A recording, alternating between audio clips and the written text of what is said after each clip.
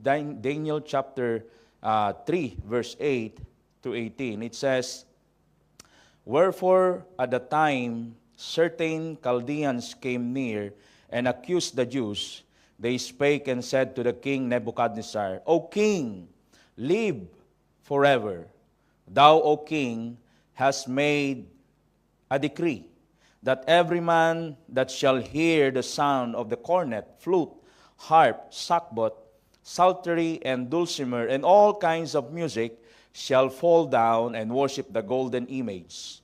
Verse 11, "And whoso falleth not down and worshipeth, that he should be cast into the midst of a burning fiery furnace." Take note of that verse.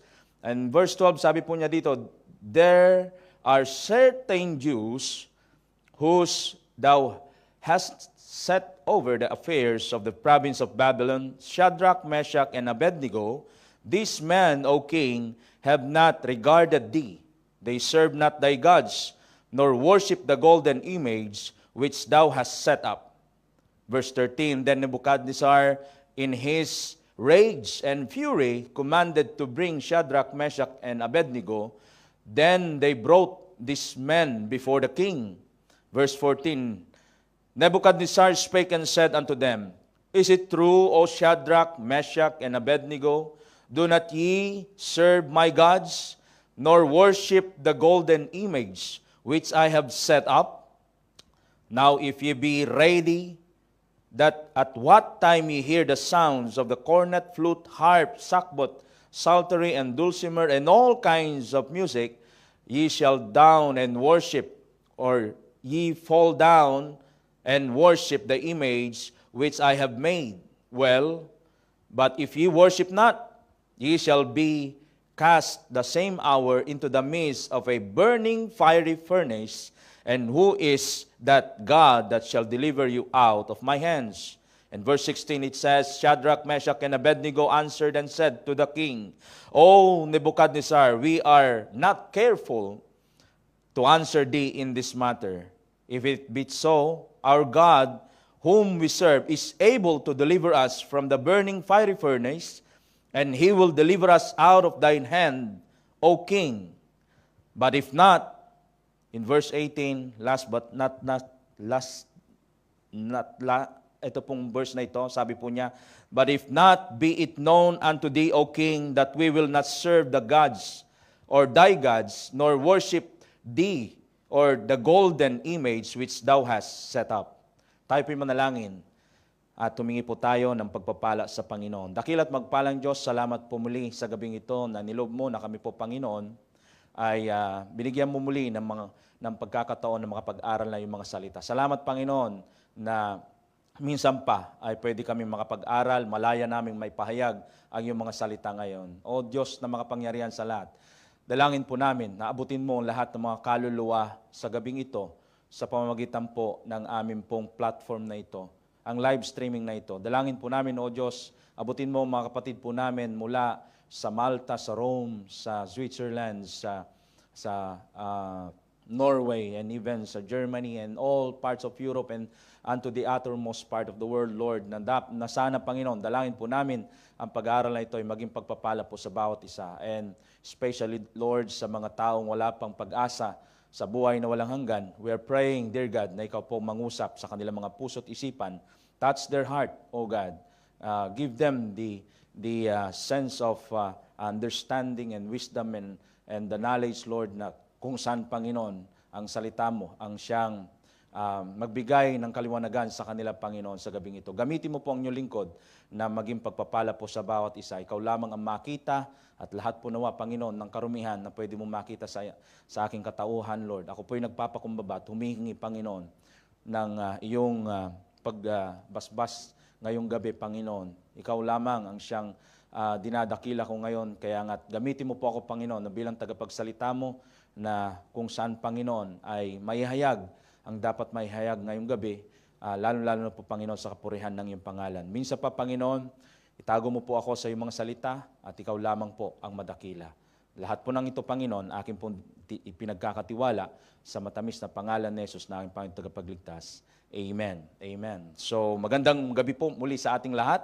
And as we have read po sa ating pong binasa kanina, ay ating pong nakita na kung saan meron pong tatlong bagay na pwede tayong pag-aralan ngayong gabi, sa pag-aaral na ito. But first, let's go over po sa ating pong mga bagay na dapat makita muna bago po natin talakayin ang mga pag-uusapan po natin. And as I introduce to you this message, and the title of our message tonight is A Fiery Deliverance. A Fiery Deliverance. And before we go on, there is this unknown author, if I may quote. Ang sabi po niya dito, and here it goes, it's, if our greatest need had been information, God would have sent us an educator. If your greatest need had been technology, God would have sent us a scientist. If our greatest need had been money, God would have sent us an economist. If our greatest need had been pleasure, God would have sent us an entertainer. But listen to this. But our greatest need was forgiveness. Tama po. Tama po ang inyong narinig.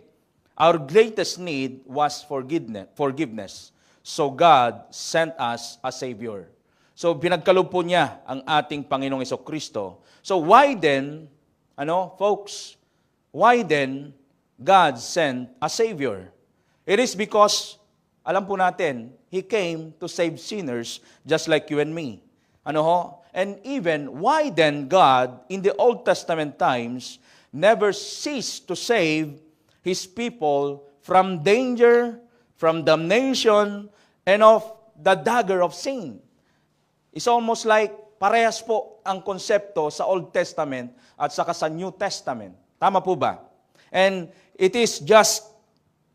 shows how much He loves us so much that His people in particular, ito pong mga tunay na mananampalataya at mga matatapat na mananampalataya niya, ay ito po ang dahilan, kung bakit nandun na lamang ang kanyang pagkalinga, nandun po ang kanyang intervention para sila ay ihahon sa kasalanan o sila ay kanya itong alisin doon sa pagkakaalipin na alam natin sa istorya ng Old Testament ay nandun ang intervention ng ating Panginoon. For what reason? Because these people showed their faithfulness to God. Amen? Yes, you hear me. The faithful one. The faithful one. By this, we will study the life of these three notable persons, Shadrach, Meshach, and Abednego, and these faithful men who never gave up their faith in God. Amen? As we have read a while ago, they have never gave up their faith in God. You know what? Faithfulness is rewarded. Amen? Faithfulness is rewarded. Faithfulness is well recognized of our true and mighty God. Amen? Faithfulness receive applause. Amen? From God. Amen? So, again mga kapatid, what was written, ito po, tignan lamang po natin, in the American Bill, it says there, in God we trust.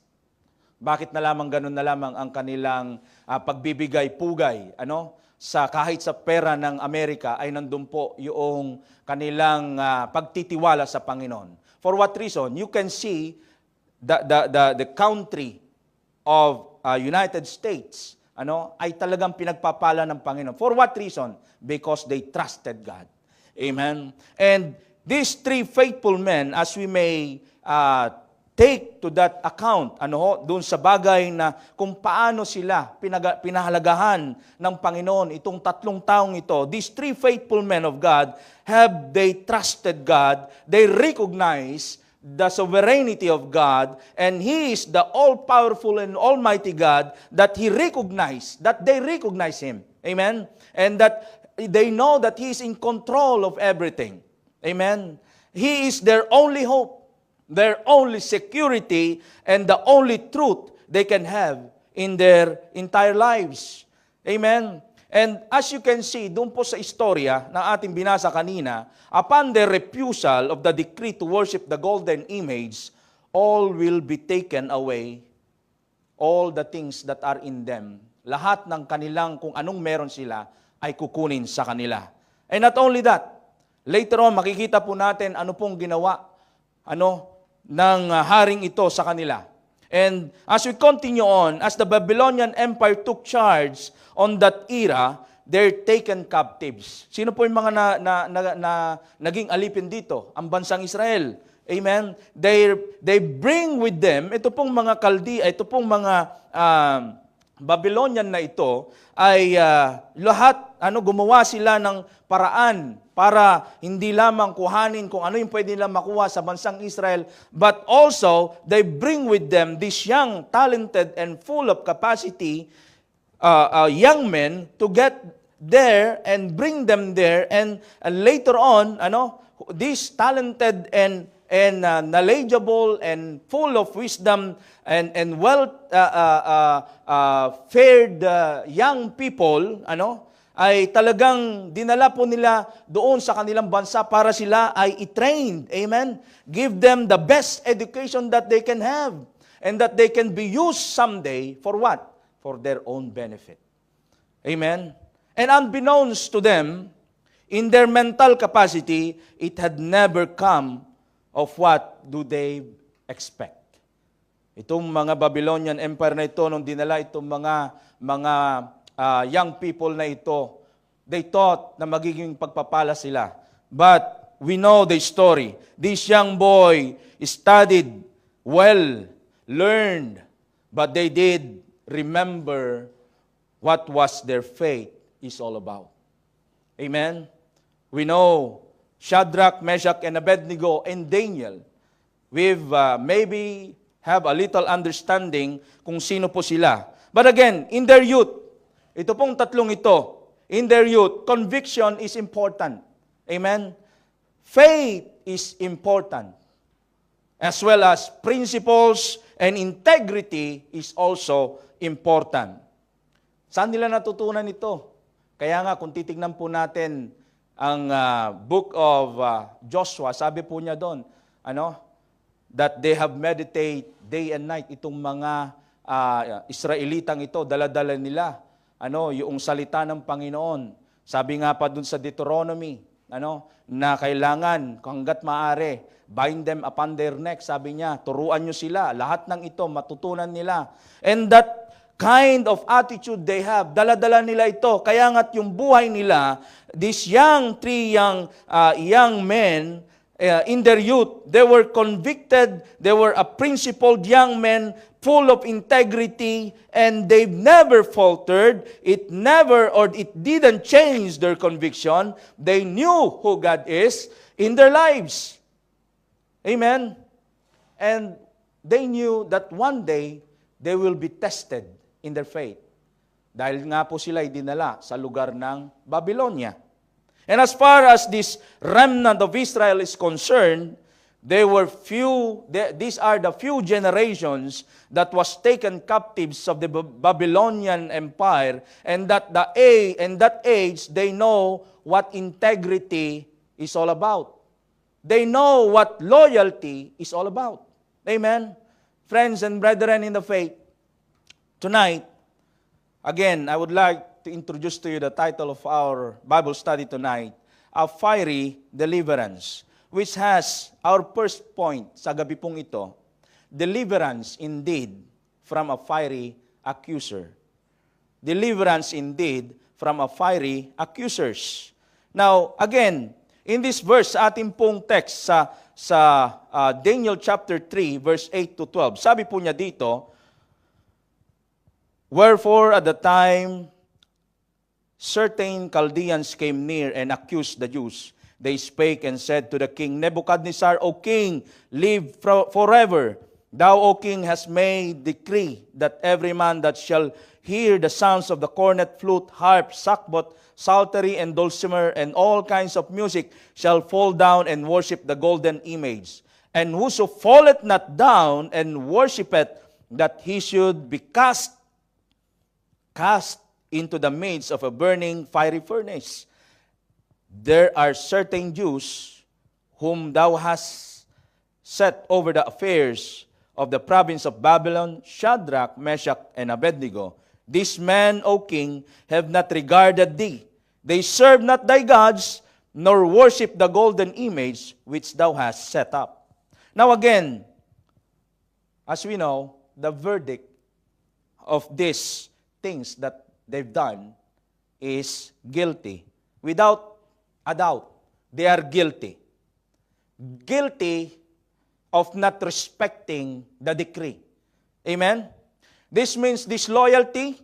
This means insult to the throne. This means disrespect to the king himself.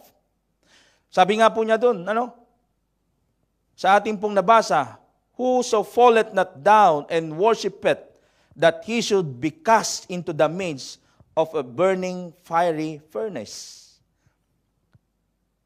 Now, if there's no more respect, disloyalty, and insult, why would you still stay? Tama po ba? There's no need. Or there is a need of parting ways. Kailangan na maghiwalay. Amen? The Bible says, how can we walk together except we be agreed? Amen? Tama po ba? This is true even in our church. Pag sa tingin mo di ka na lumalago at nagiging burden na lang ang ministry, nagiging pabigat na lang ang gawain ng Panginoon, then why would you stay? Or maybe you are not yet saved. Kaya ang paglilingkod ay pabigat na lamang sa iyo. There's no more joy. Hindi mo na makakanta yung there is joy in serving Jesus. Tama po ba? O baka naman hindi na tayo naglilingkod sa Diyos, kundi sa tao na lang. Amen? We need to check if we are really serving God. We need to check if we still have the respect toward our fellow brethren, to our pastor, and most especially to our God. We need to check if we still have the integrity in doing our ministry before God. Amen? Tignan po natin ang ating mga sarili. Thus, what we do is not an insult on our living and our sovereign God. Our pastor will always say, pag mag-isa ka na lang sa bahay mo, sa trabaho mo, or even pag nagso-soul winning ka sa pag-aaral mo, tama kaya ang motibo mo? Ano kayang ginagawa mo? There should be a check in balance. Amen? In the case of these young men, they are so principled and full of integrity with their God. Amen? They live by their faith. And not only that, but also they contend for the faith. Kung anong meron silang pananampalataya, they fight a good fight of faith despite the decree. Despite what this law intended sa kanila. Ano yung kalooban nito? Ano yung nilalaman nito? Ano yung consequences nito? And we know they can do anything. They choose to stand for their faith. Amen? And with that, they paid for what they have. Amen? They have no choice but to stand for their ground. To stand their ground, to stand for their faith, though consequences awaits them. Bakit? Kasi mula pa sa pagkabata, kaya nga sabi ng Bible, train up a child in the way he should go, and when he is old, he will not depart from it. Folks, mahalaga po ang pag-aaral salita ng Panginoon. It will make you or break you later on. Amen? Either na kapag ka hindi ka natuto sa salita ng Panginoon, anong meron ka kaya sa buhay mo? But if you have the Word of God, I believe you can stand your ground. I believe you have that kind of integrity. I believe that you can fight a good fight of faith, or what we can contend our faith. Amen? Bakit? Kasi nakita mo, ito yung tama. And that's the reason why these three young men, they stood their ground, they fight a good fight of faith, despite the odds, despite the consequences, awaits them. In fact, it is the king's decree that the last resort is for them to be thrown into the fiery furnace. Amen? They can't do anything, but they choose to stand for their faith. They cannot fight with their own hands. Siyempre, andun na sila. They are captives. And whatever the kings would say, it would apply to all. Amen? Sabi nga po ng verse 18 again, But if not, be it known unto thee, O king, that we will not serve thy gods, nor worship the golden image which thou hast set us. Anong gusto nilang ipaunawa dito? Dahil po, sa verse 17, sabi niya, If it be so, our God whom we serve is able to deliver us from the burning fiery furnace, and He will deliver us out of thine hand, O king. But if not, be it known unto thee, O king, that we will not serve thy gods, nor worship the golden image which thou hast set us. Amen? But then again, we need to understand that the protection of God is better than the protection from a false king. To give obeisance to their gods is abominable unto a true and living sovereign God. And what kind of protection it is? Protection that comes from God. Isipin mo na lang, mula sa pagkabata hanggang sa paglaki, ito na'y natutunan mo. Like yung mga nag-aaral po dito po sa Sunday School sa atin. Lumaki sila, ngayon meron lang tayo na po-produce na mga young people po dito sa church. And now they are going out and sharing the gospel. And they know, they have this Sunday School, natututo po sila sa tamang doktrina. And whatever the outside world, ano yung tinuturo sa secular school na mga maling doktrina, they will reject it. Why? Because they have a true foundation from the Word of God. And that's the good thing kapag ikaw ay nasa tamang katuruan. Amen? Though, alam mo yung consequences, alam mo yung pwedeng idulot nito, but you will stand for the faith. Amen? And that is what we call protection coming from God. Pinoprotektahan ka niya na kapag ikaw maliit habang nandun ka na sa age na kaya mo nang ipaglaban ang iyong pananampalataya, He will protect you sa mga iba't ibang klase ng pagsubok ng buhay, sa pagsubok ng mundo, and even sa mga maling katuruan. Amen? Saan mo natutunan yon? Sa salita ng Panginoon. Amen? And also, protection from the fiery accusers. Sa buhay nitong tatlo, they were protected coming from God, and also, it is coming from the King of Kings. Amen? Why then these are protection that is better than the provision that comes to King Nebuchadnezzar? They are not blinded. They are not blinded for the fact that before they were in captivity, they were already worshiping God, the true God that we do worship also nowadays. Same God. Kilala nila. Ganon din sila. Amen? Kaya nga, sabi nga niya dito, balikan ulit natin in verse 18, But if not, be it known unto thee, O king, that we will not serve thy gods, nor worship the golden image which thou hast set up. We know one kind of religion na sila'y sumasamba sa mga Diyos-Diyosan. Still nowadays, nandun pa rin. Ang dami, even to the eastern part of Asia. Ang dami. Makikita mo kung ano-anong klase ng kanilang mga relihiyon. But still, we praise God because we have a living and a sovereign God. Amen? Nakilala natin the God of the Bible. Amen? And whatever things might come, alam niyo, ang daming mga missionary na pupunta sa iba't ibang lugar po sa parte ng Asia na talamak po ang relihiyon, pagsamba sa mga Diyos-Diyosan. But they never felt na sila ay ma-intimidate dito. Because they knew who God is in their lives. Amen? So, just the same worship that they are doing in the Old Testament that what we do right now. Amen? Yun yung gusto nating makita ng bawat isa ngayong gabi.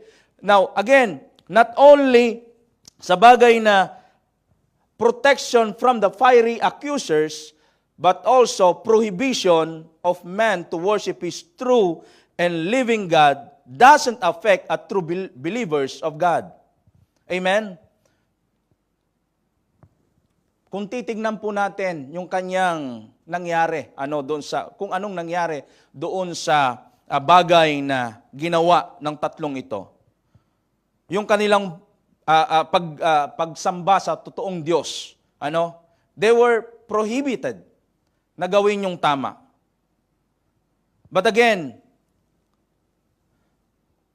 kung kilala nila ang totoong Diyos, kung kilala natin ang tunay na Diyos, He will make a way, or sa atin mismo, we will make a way to live by our own faith, no matter what the consequences are. We will make a way that we will not be weary and worry what that day lies ahead. Because we knew who God is. That God would never leave us nor forsake us. He would not leave him an empty shell, for He is there to keep him and will never forsake him. Kasi nga, nandoon yung tamang pagkilala mo sa Panginoon. Why would God leave you per se, doon sa bagay na alam niya na ikaw ay mapapahamak lang? Amen? In our daily lives, we meet different kinds of people. People that may accuse us in many ways. Amen? People may judge us according to what we perform in our lives. People that even inside of the church will always be there to accuse us. Hindi po mawawala yan. Alam natin ang church, wala pong perfecto. There will always be. Maybe they might not be vocal enough, but inside of them, they are accusing us. Don't get me wrong. But that's the reality of life. Sometimes our accusers is our own beloved family, friends, close friends. Opo, yun po yung mga accusers po natin, even our best friend. Amen? Our relatives, our deep or our closest relatives that we do not even think or consider what lies behind those things. They don't consider ano yung nangyayari na sa buhay mo. But you know what? The greatest accusers in our lives, it's Satan. Satan himself. Kaya nga kung meron man niya, huwag mong isipin yon. Ang matinding kaaway natin ay ang dyablo. Kaya nga sabi ng Bible, be sober, be vigilant, because your adversary, the devil, is like a roaring lion seeking whom he might devour. Ginagamit niya ating mga mahal sa buhay, yung mga nakapaligid sa atin. So sometimes, namamali tayo ng pagtingin. Kaya ang tingin na lang natin, nag-accuse sa atin, yung parang nasa harap natin. But it's not. Ginagamit lang sila ng ating kaaway. Amen? So the greatest accusers. But praise God. But as we look at our Bible study tonight, we see on how we should hold on to the way we live as Christian. Whether we have humility, integrity. Importante po ito para makita nila that even though that they accuse us, hindi nila pwedeng ipagpatuloy ito kasi nakikita nila yung totoong pananampalataya meron kang integridad, meron kang yung loyalty sa Panginoon. Amen? That you are loyal in the eyes of God. He will protect us. Kaya nga sabi niya doon, I will never leave thee nor forsake thee. A man full of integrity and faith is a character that believers like us should have. Like these three young boy, Shadrach, Meshach, and Abednego. So again, mga kapatid, deliverance indeed from a fiery accusers.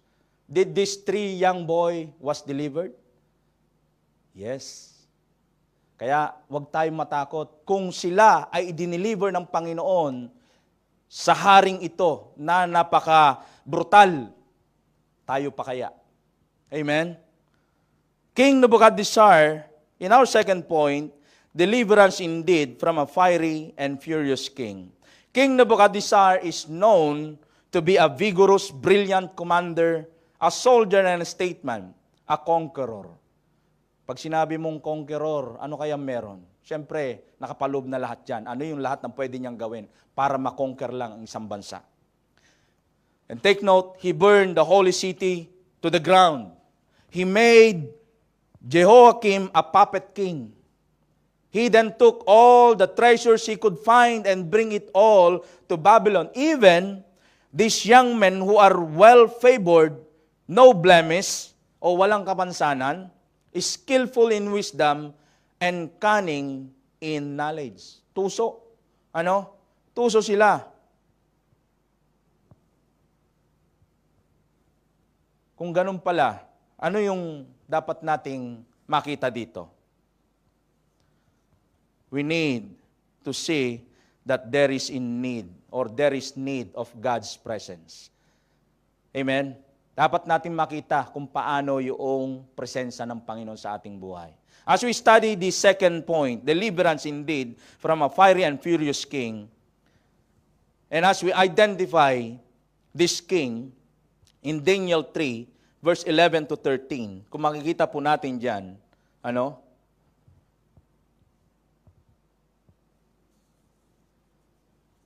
they brought this man before the king. Their faith in God, itong mga tatlong mga mananampalatayang ito, itong mga young men na ito, their faith in God gives them courage to face the king. Amen? It is a faith that gives them courage whatever and whatsoever the consequences are. Ano man yung mga consequences na ito. And as they were brought to the king, they didn't bow down just to gain the approval of the king. Amen? It is a faith that makes them understand the value and gravity of their action. Okay? Though the verdict is guilty, they don't mind the punishment that they were going through or to deal with. Hindi nila alintana. Kaya. Pagka umaharap tayo sa mga sitwasyon, madali na lang ba tayong mag-give up? Minsan, ang daming mga pagsubok. Minsan, sunod-sunod. Madali ba tayong mag-give up? Yung ating mga natututunan ba dito ay lumalabas na lang, pumapasok na lang dito sa isang tenga, lumalabas na lang sa kabila, na walang natitira sa atin? I hope and I pray, yung mga napapakinggan po natin dito sa ating pong Sunday school, sa ating worship service, it would remain in us so that when trials comes, when this kind of testing of our faith, through His Word, He will deliver us. Amen?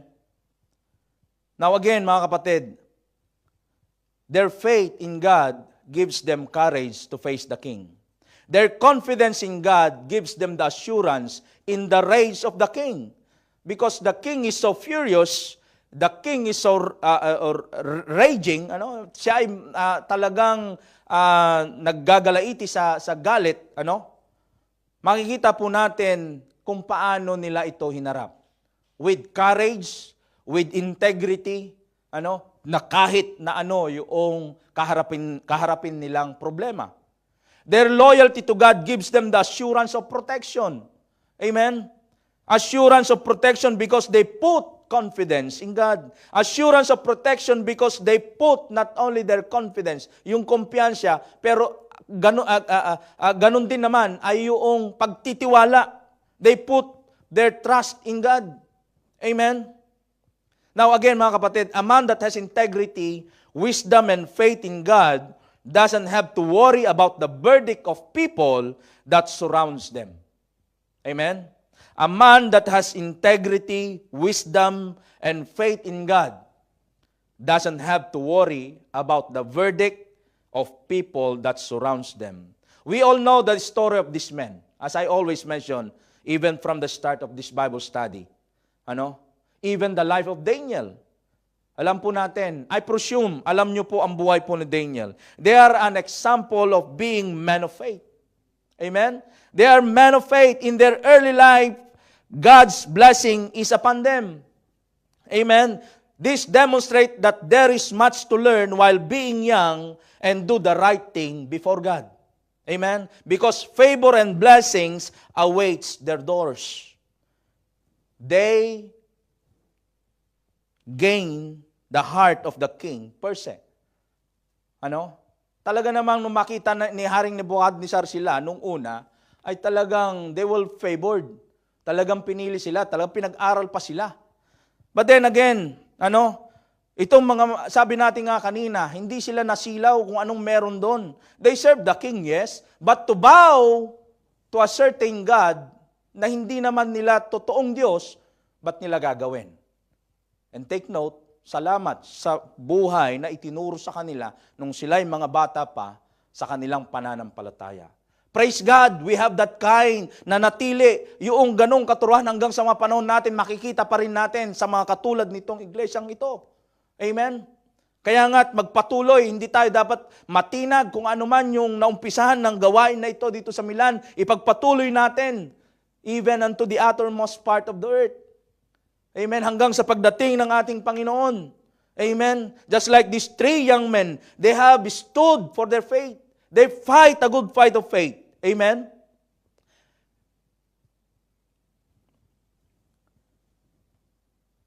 Kung makikita lamang po natin kung paano sila naging favored sa harapan ng haring ito. In Daniel chapter 1, verse 17 to 20. Tignan po natin dito. Let's go back. A little backstory sa ating pong pinag-aaralan ngayon. Sabi po niya sa Daniel chapter 1, verse 17 to 20, as for these 4 children, God gave them knowledge. You see there? Kaya nga, noong sila'y nandun sa lugar ng Babylonia, hindi doon sila natuto. Dito pa lang sa lugar nila. Nandun pa lang sila sa Israel, makikita mo na sila ay talagang well knowledgeable kung sino ang Diyos na pinaglilingkuran nila. Amen? Sabi po niya dito, and for these 4 children, God gave them knowledge and skill in all learning and wisdom, and Daniel had understanding in all vision and dreams. Now at the end of the days that the king had said he should bring them in, then the prince of the eunuch brought them in before Nebuchadnezzar, and the king communed with them, and among them all was found none like Daniel, Hananiah, Mishael, and Azariah. And we know, pinalitan ng hari yung pangalan ng tatlong ito, si Hananiah, si Hananiah, si Mishael, and Azariah. Sila itong tinatawag nating Shadrach, Meshach, and Abednego. Amen? Therefore stood they before the king. At yung verse 20, sabi po niya dito, and in all manners of wisdom and understanding, may kaalaman siya na nakikita niya that the king inquired of them, he found them 10 times better than all the magicians and astrologers that were in all his realm. Ibig sabihin, sa batang gulang nila, matalino, meron silang tamang kaisipan. They knew what is right and what is wrong. Amen? So, kaya hindi naging dahilan para hindi nila patunayan na sila ay totoong mananampalataya ng Panginoon. Amen? They stood their faith. Amen? Kaya nga, despite the fact na makikita po natin dito, we know, sabi natin kanina, deliverance indeed from a fiery and furious king. Bakit? Kasi alam natin kung anong ginawa ng hari sa kanila. Amen? Matutunghayan po natin yan mamaya. Habang tayo po ay magpapatuloy sa pangatlong punto, ang sabi natin dito, deliverance indeed from a fiery furnace. Our first point, deliverance indeed from a fiery accuser. Second point, deliverance indeed from a fiery and furious king. Deliverance indeed. Third point, from a fiery furnace. So ano bang ginawa ng hari? Okay? We know the story.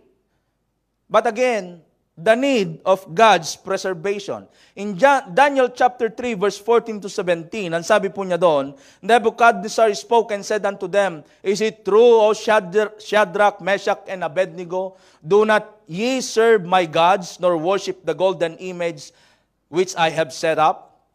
Now, if ye be ready, that at what time ye hear the sound of cornet, flute, harp, sackbut, psaltery, and dulcimer, and all kinds of music, ye shall fall down and worship the image which I have made well. But if you worship not, take note, ye shall be cast the same hour into the midst of a burning fiery furnace. And who is that? God that shall deliver you out of my hands. Kinukutya niya ang Diyos natin, Diyos nila. Amen. So Shadrach, Meshach, and Abednego answered and said to the king, O Nebuchadnezzar, we are not careful to answer thee in this matter. Hindi sila takot. Hindi sila nagpakumbaba. They have stood their ground. They with might, na sinabi na, O King, O Nebuchadnezzar, if it be so, our God, in verse 70, whom we serve, is able to deliver us from the burning fiery furnace, and He will deliver us out of thine hand, O King.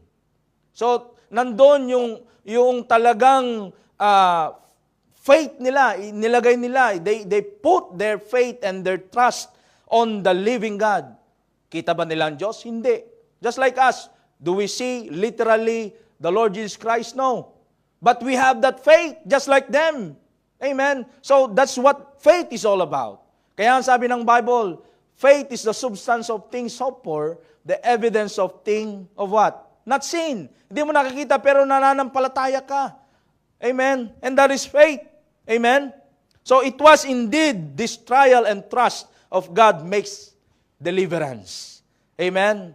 All that will be faithful will have the confidence that God will deliver and preserve them.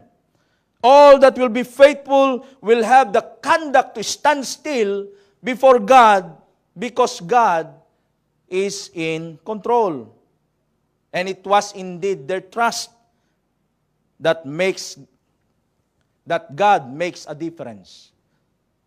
Okay? Yung pagtitiwala po nila sa Panginoon, ito ang nagbigay ng pagkakaiba sa kanilang kalagayan.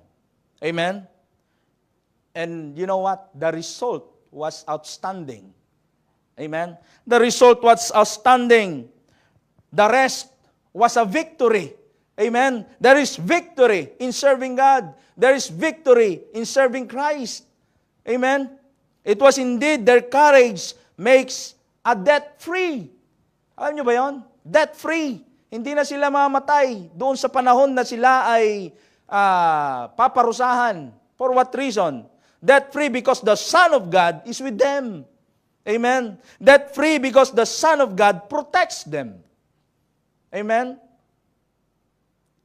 That's why all that put their confidence, trust, and faith towards God is rewarded. Is rewarded. Amen? Shadrach, Meshach, and Abednego is a true example of confidence, trust, and faith. Amen?